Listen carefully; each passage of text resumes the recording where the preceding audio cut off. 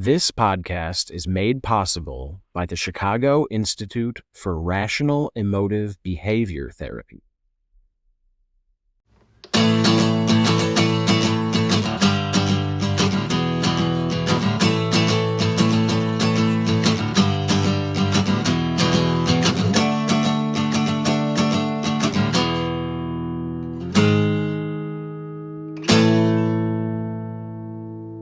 Welcome to the Rational Harm Reduction Podcast. My name is Jack Slimski. I am a peer recovery support specialist. Today we are joined by another guest participant, and we are going to be talking about anger, and more specifically, how to dispute the thoughts that lead us to getting angry. As I've stated in previous episodes, we use a rational emotive behavior education approach, or REBE. So in this episode, we'll be explaining and discussing how events or things that happen to us, which we call activating events, don't directly cause us to be angry. It's more so the activating event plus what we're telling ourselves about that event, what we believe about the event that leads us to anger.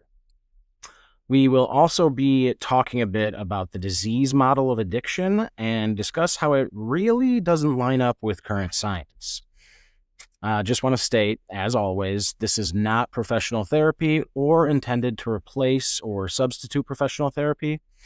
This is a conversation with our guest where we might be able to offer some guidance and maybe some perspective. I'm joined today, as always, for these type of discussions by my friend and mentor, Terry London.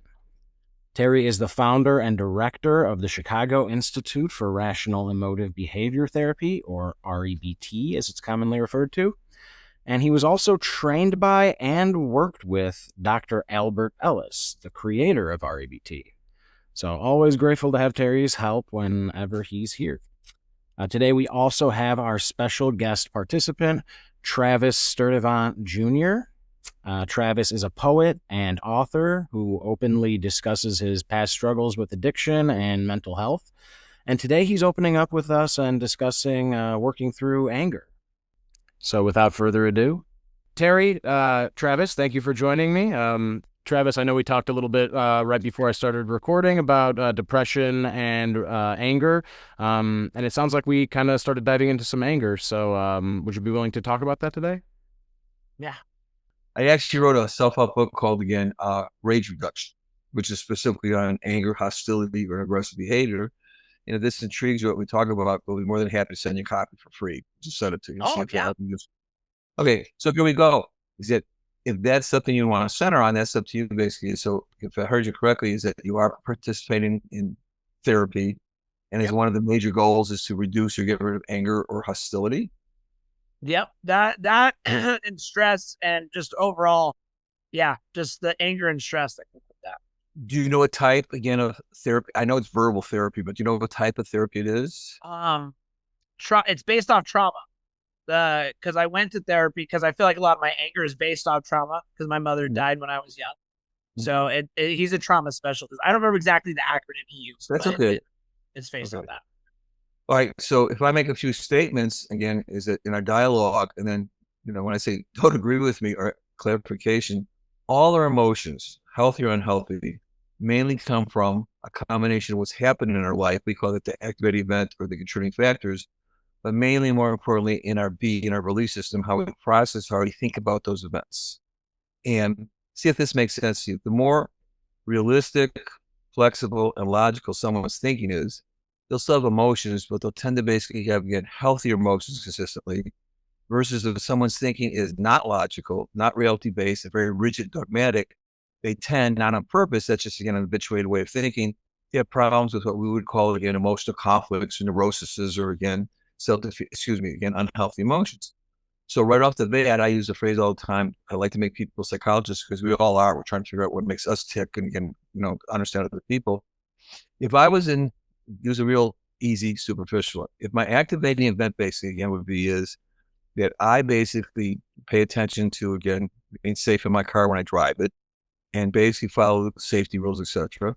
And here the activating event is someone cuts me off because they're on their phone not paying attention. That's an event in the world. And it'd be Travis if I said to myself, again, not to them, but my own belief is, well, you fucking asshole, how dare you put my life, again, at risk because you fucking aren't following the rules as you ought to, you bastard. Well, I don't think you have to be a highly trained psychologist to know that way of thinking would equate anger and hostility. Are we in agreement? Yes. All right. So one of the things we try to educate people, besides, again, their emotions. Now, when you said, sad to hear that you lost, you said your father very young or your parents very young? Okay. Obviously, that could have something to do with why you still might have, again, a defensive or resentful or angry attitude towards other things in your life. That's an historical perspective on it.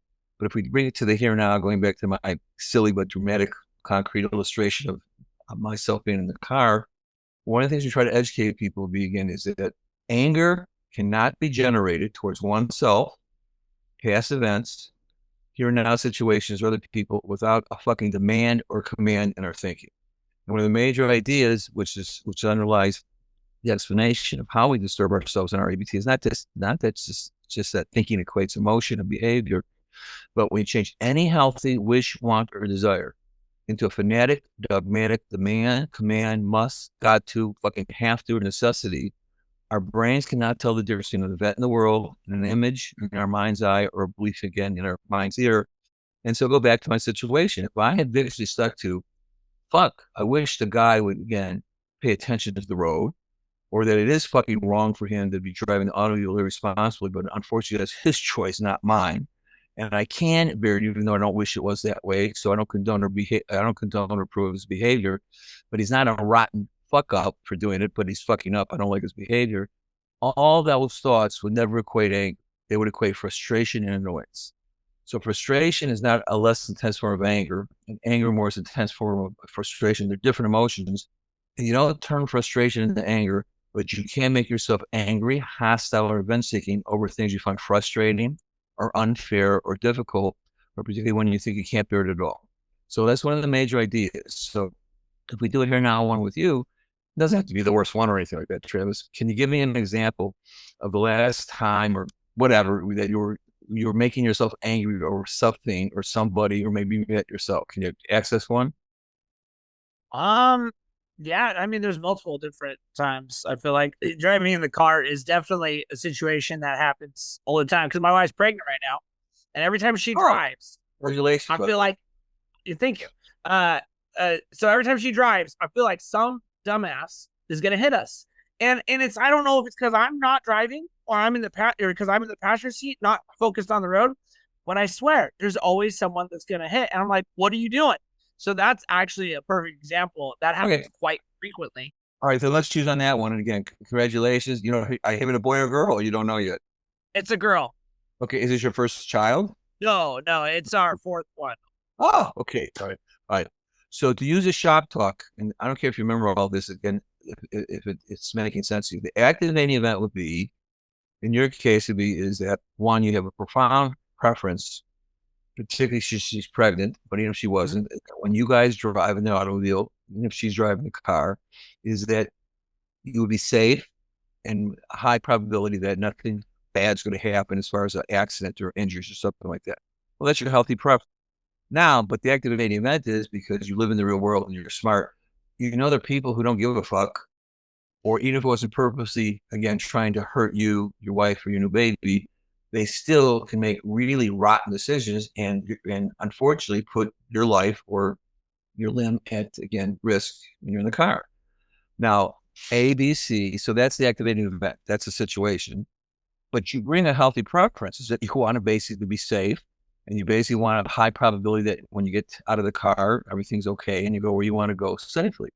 That makes sense. Now, it's C, ABC, which stands for your emotional behavioral consequences in the ABCs, is a C could either be a combination of anxiety and anger, and we could do both. And the relationship between those two is that when people have when someone has a sense of not having control over a situation, and they're kind of catastrophizing, oh my God, what if this happens? What if it goes wrong? That'd be awful and horrible. I can't even bear the thought it could happen. Therefore, people must not put me at risk, or the situation must be the way I prefer it to be because I can't handle the thought that it won't be. But let's pull them apart. Let's do the anger first. So if you start to make yourself angry that some individual and I know you well enough, you don't have paranoid delusions that they're out to get you and your wife, but they could fuck up in a car. They could basically not pay attention. They could be coming home from work and they're tired and not driving very well. They could be on the goddamn phone, shit they're not supposed to be doing. But they could. There is a possibility that they could basically, again, put you and your wife, pregnant wife, at risk. Now, go from being concerned over that and very, very frustrated if something happens where someone does, again, make a rotten choice in their car, but to start to make yourself angry, what's your demand towards them with the world? Because you have one. Yeah, start out with crying. Drive better, damn it. Drive better, damn it. No, that they fucking must drive the right way because you want them to, because otherwise that could put you at risk. How dare they not fucking pay attention as they have to? Right. Now think this through with me. And once more, you seem to have a great sense of humor. So don't prove to me that the preference makes total sense, because it does. And you don't have to show me again is that you really would prefer that people would mindfully drive their automobile for their own safety, but also particularly yours and your wife. Now the question would be is, can you prove in the real world with any evidence that they absolutely fucking must, they absolutely have to do the right thing because it is the right thing and we prefer them to? Can we prove it in the real world? Is there no, we can say it this way, is that it'd be preferable if they know how to drive the car safely, for reasons we don't have to get into, but we'll agree on that. Now, your belief would be is because it's me and it's my wife and my wife is pregnant. Now, motherfuckers, you got to drive the right way. You must drive the right way so that you don't put me and my wife at risk. Well, you prefer them not to put you at risk, and you prefer, again, that they won't be on the road driving their car again recklessly. Where's the evidence that they fucking must make your life safe, or because you follow the rules or for them to that they have to? Can we prove that in the real world? And the answer is no. No, you can't. No. Yeah. See, demands never make sense if you start to think it through. And what will happen at the first interaction, like we're having, people say, well, Terry, are you condoning their rat ass behavior? And I go, no, I'm not condoning anything. I'm just basically, again, rational means based on reality. And if I keep saying they fucking can't do it and they just did it, that makes no sense at all, because I don't control the universe and I don't control that ever-present moment. But if you give up the demand, you still be irritated or frustrated or concerned, which makes total sense. But then you basically would be making yourself angry. Yeah, for no reason. And just to kind of, get to slow it down here a little bit, I guess, for you, what we're doing right now, I don't know if you can see my visual here on my screen. It's ABC.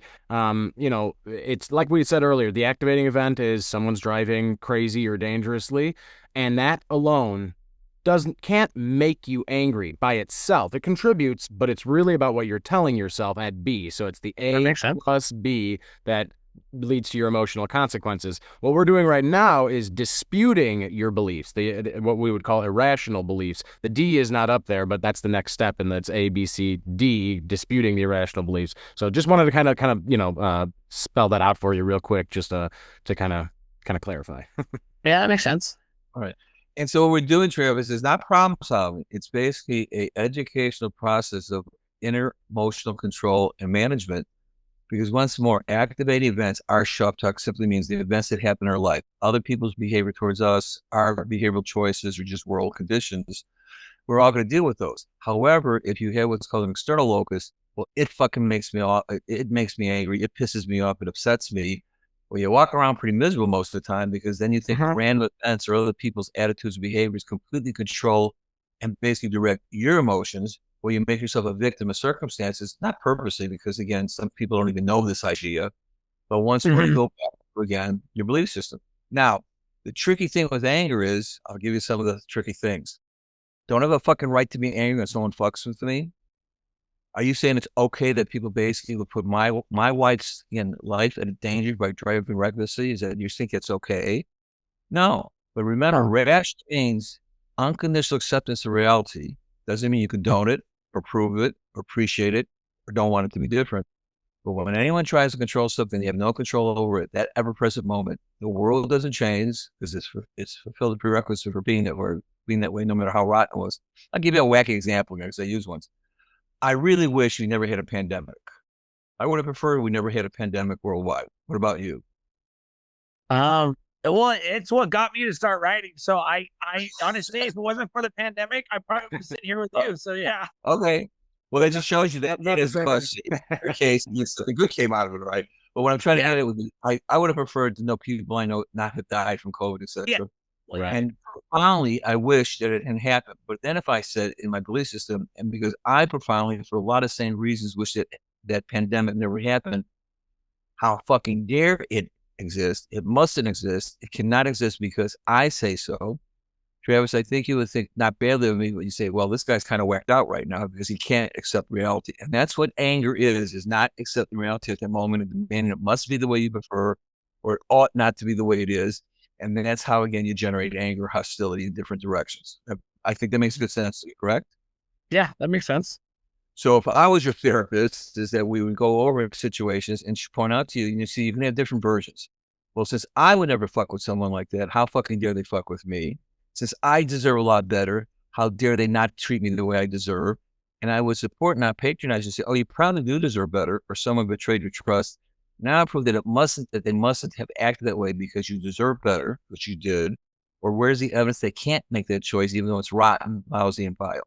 And if we go back with tenderness on my part, if you lost your father at a very early age, that's an activating event. And could you generate anger and rage over that years later? Yes, you could, by saying, how dare this happen to me or my father? Can't bear that it did. Fuck the world. Fuck everyone, because again, I deserve to be miserable because look what was taken away from me. And if you start to uncover those beliefs, you could start to then decrease again. If you really do make yourself quite angry or resentful, not purposely, it's an habituated way of thinking, but you can start to replace it so that you still would have, again, great grief and sorrow and sadness. Loss. We're an innocent kid. You've had nothing to do with it unless you're going to tell me something different. Right. But you can still make yourself rage. You can still make yourself rage over the loss, even though it was years and years ago. Right. This is actually one of my favorite things about REBT, rational emotive behavior therapy, is that it's not about, trying to get you to ignore how you feel about certain things or how you make yourself feel, or just not trying to get you to ignore emotions in general or be emotionless. It's just about kind of guiding you to a healthier way. It's like there's nothing wrong, there's nothing unhealthy about grief and regret and, just disappointment in general. But things like depression and anxiety and, dread, things like that are looked at as unhealthy. So it's kind of, it's the only, I've said this pretty much every episode, but like the only form of therapy that differentiates between healthy negative emotions versus unhealthy negative emotions. So there's always like a healthy counterpart for every unhealthy negative emotion. Yeah. And Travis, that makes sense. And we have time, as I do things quickly, but we have all the time that we need on everyone's side. Because if I could have done this with you, if I said to you, well, what do you think the difference is between frustration, which makes total sense if something's getting in the way of what you want, or basically something's different, something's important to you, versus anger? And I don't know if we need to laugh on this one. When I do this with lots of fucking professionals, when I have discussions with them, because I run an institute or have debates with them, I'll say, when a client comes to you and says, well, what is the fucking difference between anger and frustration? Can you answer the question? And about 80% of the time, they can't answer the question because they don't read the research. So they'll tell you, well, anger is a more intense form of frustration, and frustration is a less intense form of anger. Or that you basically change the frustration and anger. In the research and the facts, just the way we're talking about it, you don't change frustration and anger, but you can make yourself fucking enraged, hostile, and revenge-seeking over things you find unfair. Again, whatever is the most important thing to you. So in other words, when someone says to me, don't I have to be angry if someone would ever hurt my children physically? I go, well, you could choose to make yourself angry, and with compassion, I understand why it'd be difficult not to, but it would be the same belief because it's my son or my daughter. How fucking dare you fuck with my children as you can't or you mustn't, even though unfortunately and sadly, maybe they did. So the goal would be to get rid of the anger, not for anyone else's sake except yours. Because we have also good research of these people consistently create anger, even if they live a healthy, balanced lifestyle, they exercise, eat well, you kind of take a decade off your life because of the physiological changes that underlie anger as an emotion. You accelerate aging, your lymphatic system doesn't fight off diseases well, etc. And then one of my favorite disputes would be is that, well, if making yourself angry would change that guy's rotten driving, would it? No. Whose blood pressure is going up? Yours, okay. Yeah. And once more, it's not problem solving, because the problem solving again will be is that, well, maybe get his license plate and call the police if he's driving under the influence or he's being that reckless. Mhm. You and I both, there's many situations that happen in the moment, again, spontaneously. There ain't jack shit you can do about it except control your emotions so you don't make yourself miserable for the next 6 hours, the next 2 or 3 days. And so Exactly. that's how we would work on it. Okay. Now there's one other flip on it that in RAVT, the way I conceptualize, we call ego-based anger. If you think someone's humiliated you, shamed you, embarrassed you, period, or in front of other people, people often resort to anger. So it's not a secondary emotion, but to put it in street language would be is, who the fuck do you think you are to fuck with me that way? And Mhm. I allow you to get away with it. Now you bitched me out or pucked my ass out, and death before dishonor. And we work with a lot of people, Jack and I, where we do a lot of our clinical work with people who basically, again, come from a street culture. And we really work on that because most people on the west side and south side of Chicago end up dead these days because the Oh perceived yeah. insult and disrespect. But you see, that's the ego part. If I really, a lot more lighthearted one is that when I worked with someone whose wife told him that he picked the wrong tie for his suit jacket when they're going out for dinner, and he says to me, it enraged me because she made me feel like an idiot. I go, she didn't make you feel like an idiot. She just told you the truth about your tie and jacket. Mhm. But what you're saying, well, I can't bear that my wife thinks I'm a slob, and how dare the bitch say it? And he talked himself, he didn't physically get physical with her, but he talked himself into, again, anger, but also, again, insulting himself or blaming her because the way he was Mhm. thinking. So you're getting a taste of what cognitive therapy is, particularly the REBT. And the man who invented this, his name was Ellis.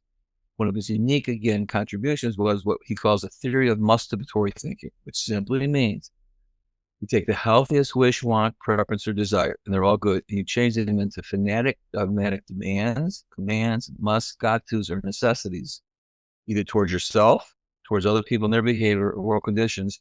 And now you have a working explanation about skin color doesn't matter, background really doesn't matter, culture doesn't matter, because universally, check this out, is that when you start out with a profound desire, which I would prefer someone would make an effort to drive safely so that my wife and I, again, are not in danger. That makes total sense. But in the real world, not that they're purposely trying to hurt anybody, but they don't give a shit. So they're going to do what they're going to do No. because that's free will. But then if you say, but how dare the bastard put my wife's life at danger when she's pregnant, as he ought not to, and I can't bear that. And we call it a label, that motherfucker, that bastard. Then you'll talk yourself into anger, hostility. Oh So yeah. how do you talk yourself out of it? You start with the challenge, not that he's driving recklessly and get out of there as far as you can. Mhm. But when you hear yourself saying, how fucking dare he? Hopefully you'll start to hear yourself saying, easily, man, because that's his fucking choice, not mine. Mhm. I really wish he fucking make an effort, but people don't have to do what I want to, even if, again, we make my life more convenient or safer. They don't have to. And I have no respect for people who make shit ass choices, but I choose not to hate them or label them as total rotten people. Because you see, once you label someone as being a bitch or bastard, you give yourself permission to seek revenge and be an avenging angel. That's where two wrongs seem to be making a right, because at that moment, bad people deserve to be, again, punished, and who can punish them better than you or me when we make ourselves angry. So the three Mhm. key things are demand, how dare they? The next one is I can't bear it when they dare to do what they ought not to do or they must not do. And they're bitches or bastards or motherfuckers or assholes or cocksuckers, whatever the derogatory label is. And that's really what that's what we really look for towards, again, in everyone's belief system, because it has validity. That's what you'll be finding in your belief system. Now, finding it doesn't rearrange it. Mhm. Now it's that you take your deep breath because you don't want to put it in words or act on it, because that actually reinforces that circuit in your brain. You want to re-educate your brain. Mhm. So you slow down, and then you start to learn what we call disputing questions. Take my breath. Now, it was rotten and wrong that she cheated on me. Now prove, not that I deserve better, now prove that she could not dare to make that choice, or she must not that it was wrong, but that she must not, again, treat me in a way I don't deserve. And I can't, there is no answer except she did. Am I condoning it? No. And I still might not basically stay with her. The trust is gone. I might never respect her anymore for, again, her violation or betrayal. But can I prove anyone in the world, no matter what I've done or not done, or particularly towards them, absolutely fucking must give me back what I deserve? The answer is can't prove that in the real world. No, you can't. And that's what we work on. Because the That more you makes give sense. hands, the less anger you create. And if you do make yourself angry, it gets harder to hold on to it, because when you start to learn how to do what we call the ABCs and you become aware, like, well, wait a minute. is this really unbearable or is this really unpleasant? Nah, it's fucking unpleasant. Ain't the end of the world. So therefore, you much more quickly get yourself back to, again, a healthier emotion or a more reasonable way of thinking about the situation if you work on it. And, Yeah. okay, well, No, that makes sense. Right. And then through that disputation process, that's where you kind of, there's another step. I know I showed the A, B, C, and then talked about D, which is the disputation. But the next one is the new effective belief. So you're replacing the irrational belief. So, and that comes pretty, straightforward from your answers of the disputation process. Like Terry just said, is it really unbearable? Is this really something that I can't handle right now? Or is it just something that's very unpleasant? I wish it wasn't so, but I can get through it. It's not the end of the world. That type of stuff. And that becomes the new effective belief. Yes, it's really unpleasant, but I can fucking bear it. I can get through this. I don't need to, whatever it is. It's usually short exclamation type statements that you say with a good amount of oomph to kind of combat the irrational beliefs. So if that makes sense. Yeah, no, that makes sense. Do you feel like this is something that you could use in situations where you typically make yourself angry? And do you have any situations where you think it might not, really work or anything? Any questions like that? Well, I do really work on self-talk. Like I read self-help books and stuff. So I really do like the self-talk over the past few years, even before therapy. I really work on that. So it's cool we're talking about this because I really do work on it. Because working retail, sometimes you think the world's against you, right? Like sometimes we get this belief that the world's against us. It's really not. It's just the way it is. Kind of like what you're saying. I do customer service. Okay, at the end of my day, when I'm trying to get shit done, there's always people bugging me. And it's the unpleasant part. I used to internalize it and be like, what the fuck? Why is the world against me? I'm just trying to get this done. But the reality of the situation is, it was just unpleasant. So that is actually kind of a situation right there where I could work on it better because, dude, there's still days where I'm just like, dude, I just need to get this done. I know I'm here for customer service, but leave me the fuck alone. You know what I mean? Like, oh, I know. so, I know what you mean. And again, you'll laugh at this, is that, you see, we would call it masturbation toward world conditions or other people's behavior. I'm a nice dude. I'm just trying to do my fucking job. I'm working my ass up. How dare I have to put more shit that I don't want to put up with? It ought not to happen to me. And so what you call it personalization is demanding the world owes just easy comfortable conditions. Or one of my favorites would be, again, someone doesn't sleep well the night before. They might even have a head cold. And in their own self-talk, they're thinking, no one better fuck with me today because I'm not in the mood to handle it. Or not today because, again, I don't feel so good. Well, as if the world or people even know that, but even if they did, they don't give a fuck. So they're going to do what they're going to do anyways. True. But if you bring that philosophy saying, because I am not in the mood to be hassled or inconvenienced, therefore everyone fucking better do the right thing, and I ought not have to go through any more hassles today. That's, again, a demand that makes no sense if you slow down and think it through. And obviously you have been. So I'm assuming, again, if you've been doing better, you're human. You'll still make yourself, again, angry or upset, but you're probably much more mindful, so you can kind of laugh at it and go, well, wait a minute here, man. It's not the end of the fucking world. Take my deep breaths. I can bear it even though I don't find it pleasant. Do I wish this guy wasn't acting like a dick? Yeah, but that's his choice.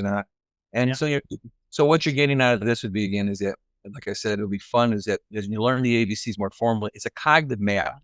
So when a lot of people say, isn't this just common sense? The answer is, oh, yes, it is. But a lot of common sense is very uncommon.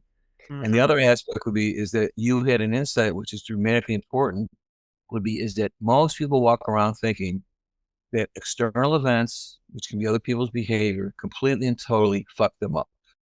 And that's why they're fucked up most of the time, because unfortunately, oftentimes we do deal with difficult people or inconveniences. How many people have talked to us say, well, why not stop smoking cigarettes? I go, great idea. But it's too fucking hard as it ought not to be. So can you procrastinate over so-called? Of course, because if you have the belief that it's too hard versus no, it's hard, but it's harder in the future to die from lung cancer and emphysema, that's even harder. But people basically often think about, again, what's now versus the future. But that's a whole other discussion about self-control, discipline. I have a question about you. A question for you. Now, Jack and I have this discussion all the time in our SMART groups, and also, again, the other groups where we work at, is that there's no credible evidence, as far as we can tell, that addictive behaviors are a disease process. So basically, when you're going through your rehabbing, did they teach you, again, that it's a brain-based disorder that somehow you inherited it, or once you're an addict for the rest of your life because something happens at your brain level? I'm just asking, is that what you were taught in this? I don't really remember the rehab stint I did, but I went back and forth with this actually the past couple of years. So I'm kind of glad you brought it up, because for a while I did believe that addiction is a disease, and there for a while I really did, because I feel like I could not be cured from it. You know what I mean? And when really, I heard a new insight. I don't know if you guys know who Steve-O is. I mean, I'm sure you do. Where he talks about that it's not really the addiction is the problem. Is you're using the drugs to cover the shit up. I can't remember exactly how he said it. You're using the drugs to cover the shit up. So I used to think it was a disease, and then I think of today. Now today, if it was a true disease, would I be able to cut back and quit things like I have? You know what I mean? No. No, you would not got it. Right. You got it. Because, go ahead, Jack. Well, yeah, I was just going to say, I was going to steal your line. It's, can you think your way out of leukemia? Can you think your way out of, like, certain, things that are proven to be diseases? Exactly. But, do people think their way into making healthier choices surrounding substances? People do it every day. It's just, it takes effort, Yeah. And so what I in my career, coming from again, a working psychologist, but also again a spokesman in the when I say the neighborhood to lay people, if you think labeling yourself as a helpless, powerless person with with a chronic disease, the only choice is lifelong absence from everything. Another thing I want to fit in, Travis, you have this already. Can you be equally as compulsive and destructive over non-chemicals, like gambling, like sexuality, like spending money? Oh, yeah. So I use the phrase an addictive experience. So that basically is that for many people, if it's a substance or chemical, is an attempt to use an unhealthy coping mechanism because they fucking don't know how to cope with what's happening inside or even in their life generally. And if you change anything that you desire into a necessity that you don't think you can live without with it, there's people who fucking love crack, not because they're using it as a trauma, because they just like the experience. But if they then say to themselves, oh no, when I'm in the mood to get high, I fucking need to, because I can't bear the frustration because it's so pleasurable to me. So it's not trying to kill off, let's say, trauma or depression. But remember, your brain can't tell the difference in a belief and event. If I tell myself, I want a cigarette, I can walk away from it. But if I tell myself, no, I fucking need a cigarette, my brain will read that cigarette as it reads, again, oxygen, water, and food to eat. It will you will never walk away from something you think you need to survive. No. And I'll see all that's up with you. That's psychological, that's emotional, that's behavioral. Yeah. It's not a disease process. Yeah, no, and that's the thing too, is like, what was I gonna say? If it was a disease, like I don't know. I feel like it's just, I don't know. I've been struggling with that. You know what I mean? Because for a while I believed it was. And I want to have sympathy. I guess I want to believe it's a disease too, because I want to have sympathy for people. And if it's not a disease, how can I have sympathy for people? I think is what I struggle with. Well, we can still have compassion and empathy. I think of it this way, by the way, because you come across as someone who's very caring. When I work with someone, let's say for 30 years, the only way, because again, of reinforcement, that they think they can cope with their anxiety, depression, shame that they were raped as a child, etc., is, let's say, use again a stimulant. I have great compassion for that, because the metaphor would be is they have two broken emotional legs, and the only way they know how to get around is the crutch of the drug. I have great compassion for that. Okay, I don't feel sorry for them. I have compassion immediately, but my dignity for people is no matter how long you basically have struggled, if you have the courage, you can learn new life skills and the ability to tolerate what you find unpleasant, and then deal with life in a way that doesn't have the downside of addictive choices that addictive choices do. So I have compassion and empathy. I don't feel pity or sorry for people. Even though it's very sorrowful again when I see some of the choices that people make. They die, or they again ruin things that they care about, because that's part of the addictive experience. But if you really, again, as I would recommend, I know I talk so quickly, there's another gentleman who's very brilliant named Staten Peel. You could just go to his website, and the disease theoreticians and the AANA people hate his guts, and they have for 50 years, because he's a scientist who basically explains how it's not a disease process, and that traditional treatment, typically for young people, fails about 98% of the time. And by the way, the rest of the world doesn't use it anymore. They use harm reduction. They use, again, what you finally came on to, again, how you change your life. It's life skills, it's purpose, it's meaning, because it's not you never get addicted to the chemical. You get compulsive and dependent on the experience. And that's psychological, that's emotional, that's behavioral, not a disease process. Yeah. Oh, that's what I was gonna say. Is if it was a disease, like when I like every time I leveled down, if that makes sense. Since I went up, I leveled up on drugs, I started to level down. And each time I knew better towards the end of the drug. And that's where I went from meth back down to cocaine, down to pills, then alcohol. And then, I always knew better. I knew what I was doing was wrong. And I knew eventually I'd have to change that if I wanted to live. But like if it was a disease, I wouldn't be able to change that. I wouldn't have known what I was doing was bad. Right. And when we don't throw out, by the way, and this is something, this already, I'm just using different examples. There are people who do have a brain-based disorder like schizophrenia, or manic depressive psychosis, or autism. And not all of them, but many of them, what often is called trauma, many of them actually accidentally discover that using, again, certain chemicals or substances abusively does give them a false sense of control or does make them feel better. And that's why they so-called get hooked, not the physical, but just not the physical addiction, but just that that they keep it up.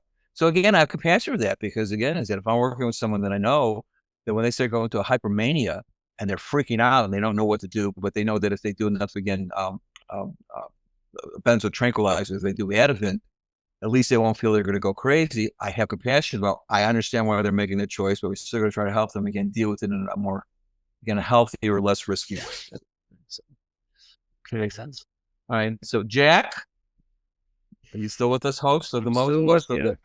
I'm still okay. with you.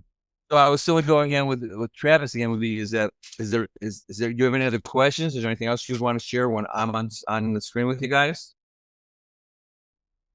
That was directed for Travis. Oh, what? No, I don't know. I just, everything's made sense to me. All right. So I hope you're intrigued because I am. And like I said, I'll throw it on Jack, but we'll both do it. We'll send you a copy of the book called, again, Rage Reduction, which I think you'll find very interesting. Right. And I'll send you a copy of this recording as well. Before it's posted or, to published or anything like that, I'll send it to you and you can pick out little things that, kind of made sense to you or if you found helpful. And I'll give you Terry's email address too, if you ever want to reach out to him for correspondence. The Chicago Institute for REBT helps offer like low cost to free therapy. So I'm sure he'd be, well, I don't want to say for you, but yeah, no, I was going to say that to you, Travis. So basically, again, is that any way I can be supportive or, again, helpful to you, you just let me know. Okay, sounds good. And Travis, real quick, I know you mentioned in the beginning here you wrote some books. What are they available for people to purchase? What are the names and where can people find them? Yes, on Amazon. Okay, so I have a question for. Are you just going to be a video on YouTube too? Are they going to see? Yeah, or is it just on Spotify?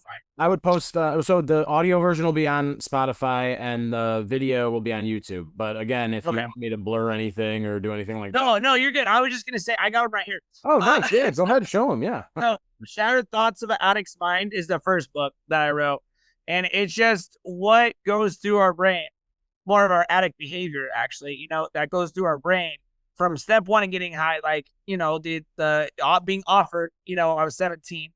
Hey, let's do this. Okay, well, just one hit, and that's all it takes sometimes, right? So, but then it goes into the first time getting clean. You know what I mean? It's a process we go through. And I feel like I wrote it because my grandma would be like, what goes through your brain? Like, why are you and your dad so up? You know what I mean? And then, also too, to show people what goes through our brain and any addict that might be, would be talked to like this instead of NA and AA. I'm not an NA-er, never have been. I've tried, didn't work. That's the reason I wrote the book, is to talk to the people that were getting high like me.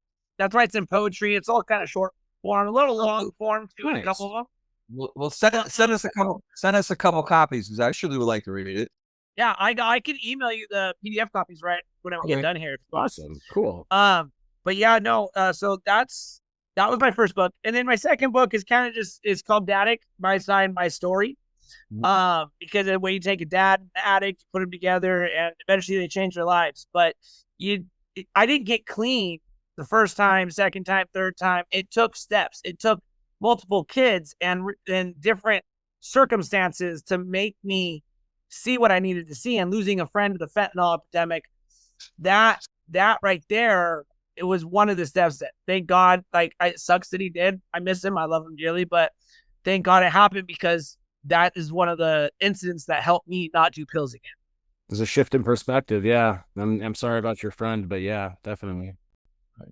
Well, Okay, guys. it was a pleasure meeting you, Travis. Nice meeting you too, sir. Thank you, guys. Is there anything else that you wanted to throw out there, Travis? Did you find this helpful today? Yes. Yeah, no, it is helpful to find like-minded individuals that think similar thoughts, and especially when you're trying to figure out exactly how to look at the situation, it really helps, especially talking about addiction. And I did listen to your first episode too. So. Cool. Awesome. I appreciate that. Well, cool. Thank you guys both. Terry, Travis, really appreciate you guys both being here. All right, guys. Thank you. Thank you. Thanks, Terry. Thank you. Thanks, Travis. Bye-bye. Have a good night. You too. This has been an episode of the Rational Harm Reduction podcast. If you're interested in volunteering to participate and come on as a guest to talk about any mental health issues that you're currently struggling with or would like some feedback or guidance on, you can find us on Facebook at Rational Harm Reduction, or you can email us at rationalharmreduction@gmail.com. Thank you all for listening, and stay safe out there.